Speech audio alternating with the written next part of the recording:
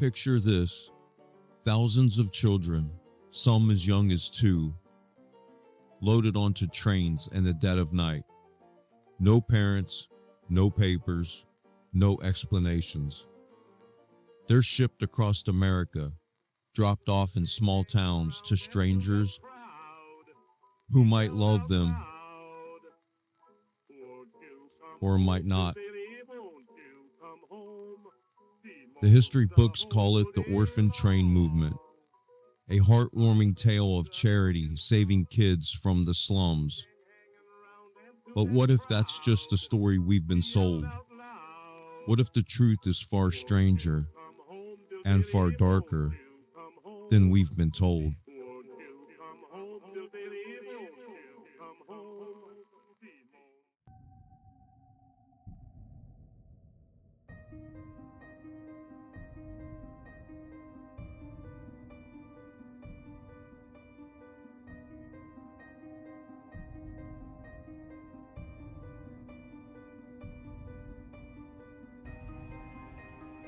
Hey, welcome back.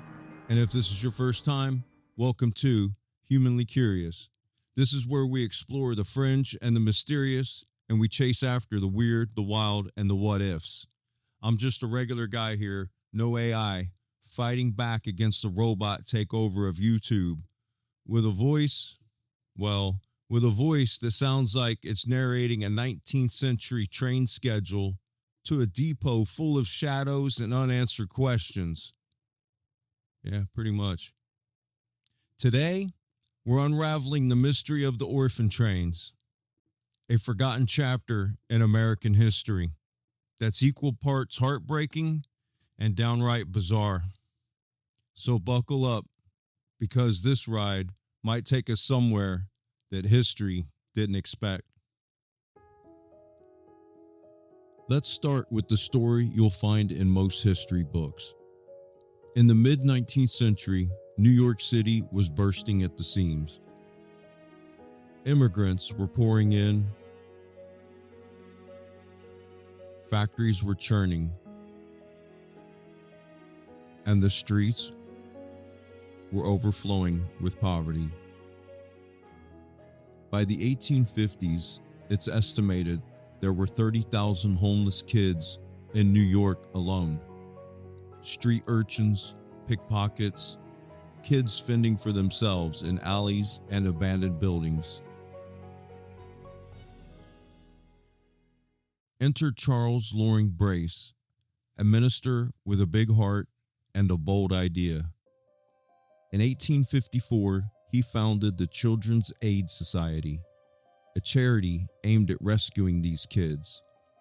His solution? The Orphan Trains. The plan was simple: scoop up these children, put them on trains, and send them west to rural America, where farm families could adopt them, give them a new life, and maybe a little love. Between 1854 and 1929, over 200,000 children were relocated from cities like New York, Boston, and Chicago to states like Iowa, Kansas, and Nebraska. The trains would stop at small towns, and the kids, sometimes dressed in new clothes, sometimes not, would line up on platforms or in church halls. Families would pick them out, like choosing livestock at a market. Some kids found loving homes. Others, well, we'll get to that. The Children's Aid Society called it a triumph of charity. Historians say it was one of the first organized foster care systems in America. Sounds noble, right? But even the official story has cracks that'll make you wonder.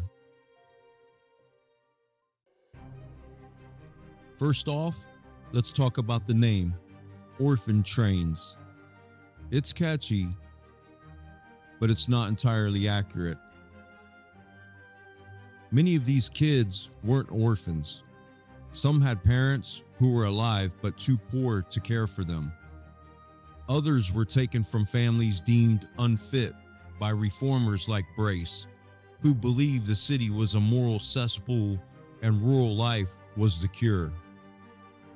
There are stories of kids being separated from siblings or parents showing up at orphanages only to find their children already gone. Then there's the process itself. The Children's Aid Society didn't do much vetting. Families didn't need background checks or home inspections. A farmer could walk up, say he needed a strong boy for the fields, and take a kid home.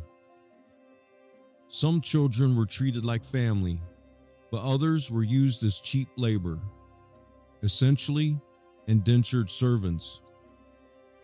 There are accounts of kids being overworked, underfed, even abused. One girl wrote years later that she was chosen because she looked sturdy enough to churn butter all day.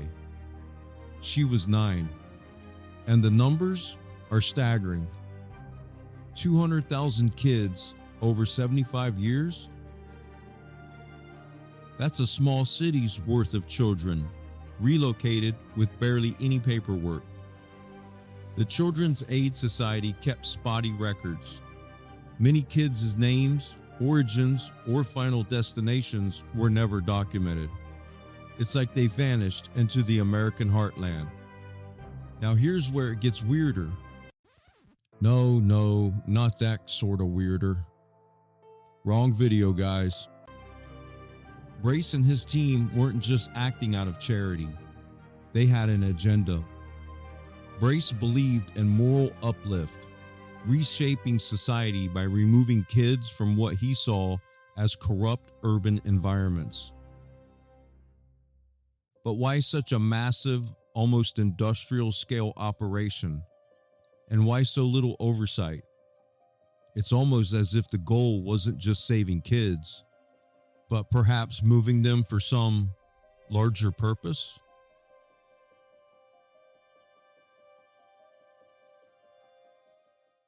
Okay, so we've got thousands of kids, many of them not even orphans, being shipped across the country with barely a trace. The official story says it was all about charity, but the lack of records, the rushed adoptions, the sheer scale of it, it feels like that there's more going on. What if the Orphan Trains wasn't really about saving kids? What if they were a part of something bigger, something that reshaped America in ways that we're only just starting to understand? Trust me, stick with me, because the deeper we dig, the stranger this gets. And it has nothing to do with aliens. I promise.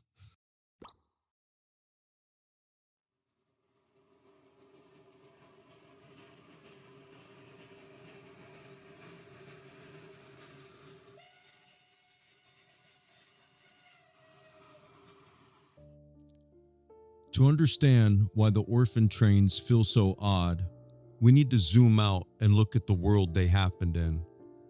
The mid-19th century was a wild time in America. Cities were exploding with growth,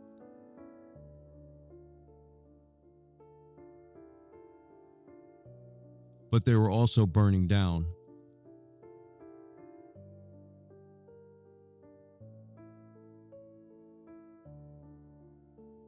Think the Great Chicago Fire of 1871, or the Boston Fire of 1872. The Civil War had just torn the country apart, leaving scars and a need to rebuild. And then there were those World's Fairs, these massive showcases of grand architecture and weird tech that popped up and disappeared just as fast.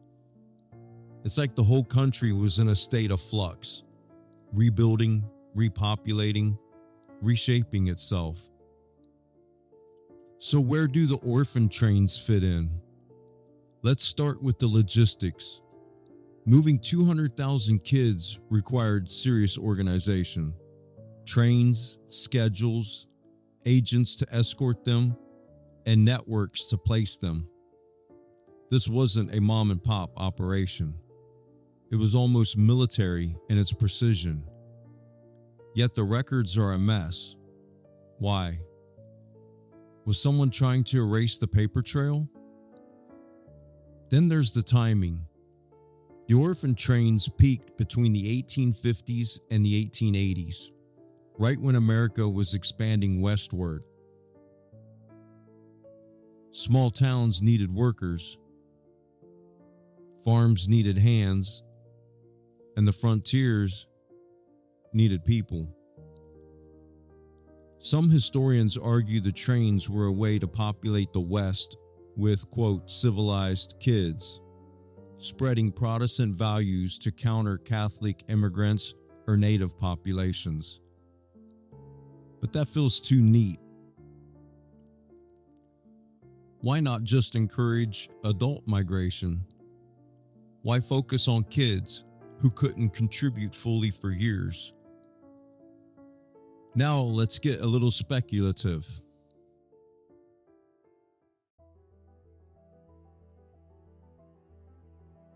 Some researchers point to the social context. The 19th century saw massive urban projects, canals, railroads, grand buildings that look almost too advanced for the time. Yet by the early 20th century, many of these places were abandoned or repurposed. What if the orphan trains were part of a larger effort to repopulate or reorganize society after something? A disaster? A shift we don't fully understand. And here's a bizarre cultural twist. In the late 1800s, right as the orphan trains were rolling, postcards started popping up across Europe and America, showing babies growing in cabbage patches. They were whimsical, sure. Creepy AF? Absolutely.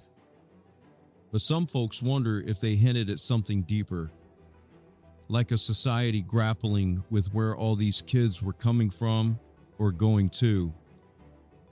Fast forward to the 1980s, and you've got Cabbage Patch Kids dolls. Each with adoption papers, born from a magical cabbage patch. Coincidence? Probably. But it's odd how the imagery echoes those old postcards, almost like a cultural memory of children being placed en masse. Was it just folklore, or a strange reflection of a world reshaping itself? We may never know, but it adds another layer to this mystery. The orphan train stopped in 1929, replaced by modern foster care. But their legacy lingers in the stories of those kids and the questions we can't answer. What was the real purpose? Why the rush? And more importantly, what happened to the ones who vanished? Well, and there you have it, the mystery of the orphan trains. A story sold to us as charity, but leaves us with more questions than answers. Were these kids saved, or were they pawns in a much bigger game that we're only just starting to understand? I don't have all the answers, but I know this.